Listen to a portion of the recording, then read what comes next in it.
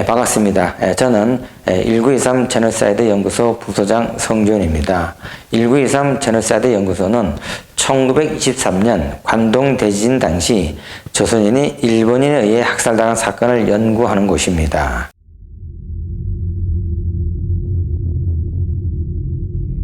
자, 국가는 어떻게 관동 대지진, 조선인 학살에 가담했는가 하는 점입니다. 관동 대지진으로 도쿄라는 도시의 기능은 사실상 완전히 마비가 되었다고 볼 수가 있습니다. 그래서 먹을 물과 식량이 부족하게 되었습니다. 근데 지진으로 인해 가지고 부두는 파괴가 되고 도로는 끊겨서 부족한 물과 식량 등의 지원도 원활하지 않았다 볼 수가 있습니다. 여기에다가 지진으로 가족과 재산을 잃은 일본 사람들은 상당히 예민해져 있는 상태라 볼 수가 있습니다. 이런 상태에서 누가 조금만 건드려도 폭발할 수가 있는 일촉즉발의 분위기가 된 것이라 볼 수가 있지요. 일반적으로 재난이 발생하면은 정부는 비상사태에 돌입해서 불길을 잡고 질서를 회복하고 구호활동을 벌이는 게 수순이라 볼 수가 있습니다. 그러나 당시 일본 정부는 그럴 만한 능력을 갖추지 못하고 있었습니다. 가장 우려되는 점은 집을 잃은 이재민들이 폭도로 변하는 것이었습니다. 그래서 정부에서 비판적인 사람들이 이재민과 결합해서 정부가 전복되거나 혁명이 일어날 수도 있다는 우려를 하고 있었습니다. 자, 이러한 상황을 타개한 묘책이 과연 뭐가 있을까? 정부에서 이제 고민을 했었는데 이 고민을 하던 중에 유언비어와 계엄령 두 가지 안이 나왔었습니다. 그래서 유언비어를 퍼뜨리고 이를 빌미로 계엄령을 선포하자는 것이었죠.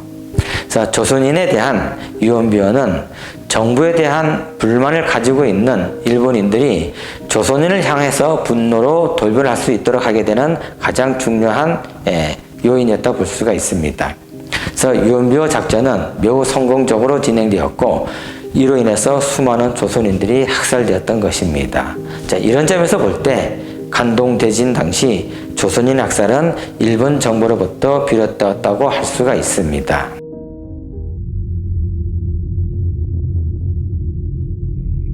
자, 그렇다면 민중은 왜 학살에 적극적이었을까 하는 점이죠. 자, 관동 대지진 때 조선인 학살은 일본 민간인으로 구성됐던 작영단에 의해서 주도가 되었습니다.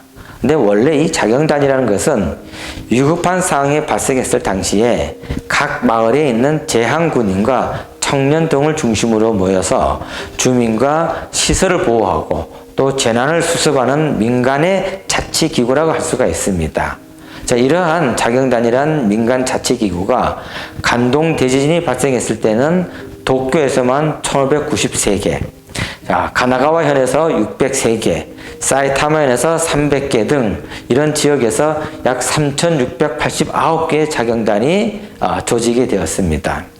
불길을 잡고 주민을 보호하는 것이 작영단의 원래 본 임무였지만은 이때는 좀 달랐다 볼 수가 있습니다. 그러니까 다른 지진이 일어났을 때는 이런 주민들을 보호하고 하는 것이 작영단의 본연의 임무였었는데 이 관동 대지진 때는 좀 달랐다 볼 수가 있는 거죠. 자, 그들은 오로지 조선인을 학살하는 데만 혈안이 되었다고 할 수가 있습니다. 이 관동 대지진으로 발생한 재앙의 두려움, 그리고 가족과 재산을 잃은 분노를 부추기는 것은 다름 아닌 경찰이었다고 볼 수가 있습니다. 이 경찰은 작영단을 긴급 소진하면서 조선인을 주의하라고 일러주었습니다. 그리고 스스로 보호하라고 총기를 지급하면서 조선인을 살해해도 좋다고 지시했습니다. 이 조선인들이 폭동을 일으키기 위해 몰려다닌다고 했지만은 이것은 이제 유언비어라 볼 수가 있는 거죠.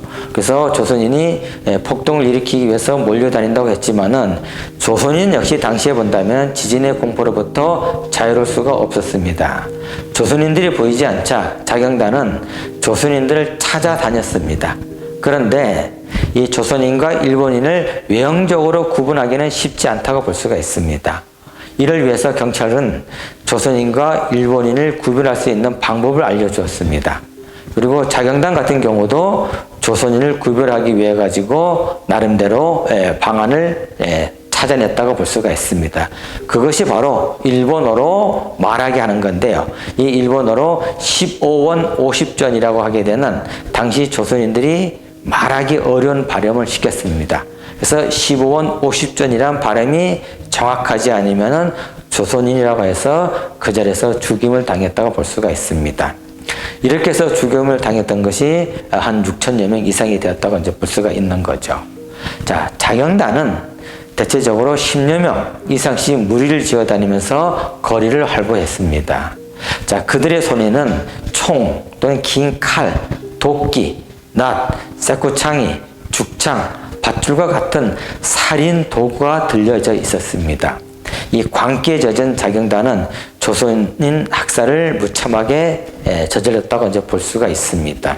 그러니까 지진으로 인해 부모와 자식을 잃은 일본인의 증오심이 집단적으로 표출되었다 볼 수가 있겠고, 그 대상이 바로 조선인이었다고 볼 수가 있습니다. 그리고 이를 조장한 것은 일본 정부였다고 이제 볼 수가 있습니다.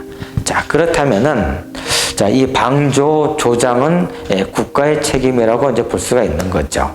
자, 관동대진 당시 조선인 학살은 자경단 외에도 군과 경찰이 동원되었습니다.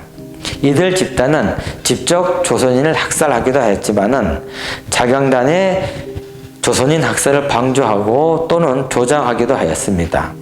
군대 스스로가 밝힌 조선인 학살의 이유를 본다면은 대부분은 믿기 어려운 것들이었습니다. 그 이유가 뭐냐 했었냐면 조선인들이 폭탄을 던졌기 때문에, 또는 교량을 파괴하는 것을 저지하기 위해, 또 단도를 휘둘러서 스스로를 보호하기 위해, 호송 중에 도망해서, 이러한 등등의 이유를 통해 가지고 대다수가 범죄 행위를 했기 때문에 살해했다고 하고 있습니다. 이런 것들이 당시 군에 파견됐던 기록에 의해서 남겨진 것이라 볼 수가 있습니다.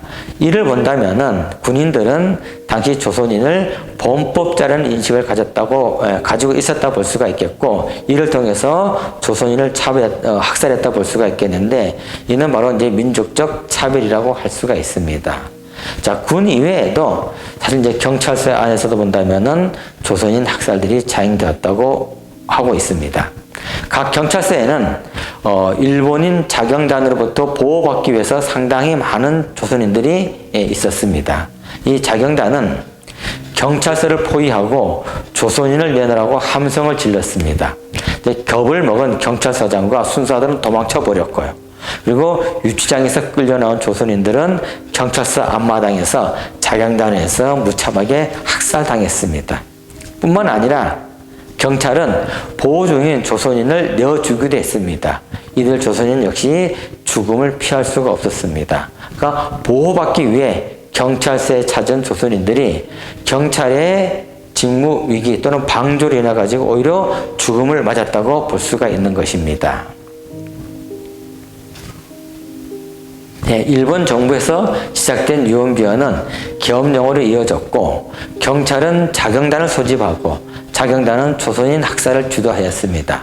그리고 군과 경찰 역시 조선인을 학살하거나 방조 또는 조장했다고 하고 있습니다. 이로 인한 조선인 학살은 날로 그 수가 늘어갔습니다. 그러니까 일본 정부는 더 이상 방치할 수가 없었어요. 그래서 결국 유언비어를 전하는 자는 치안 유지를 위해서 엄중하게 처리할 거라고 경고를 했었지만은, 그럼에도 불구하고 자경단의 조선인 학살은 관동대진이 일어난 9월 2일부터 시작해서 9월 15일까지 지속되었다고 볼 수가 있습니다. 이러한 점에서 본다면은 관동대지진 조선인 학살은 일본 국가의 책임이라고 할 수가 있습니다. 이런 점에서 우리가 국가가 어떻게 지진을 통해 가지고 학살에 이어져 갔는지를 갖다가 확인해 볼 수가 있었습니다. 예, 감사합니다.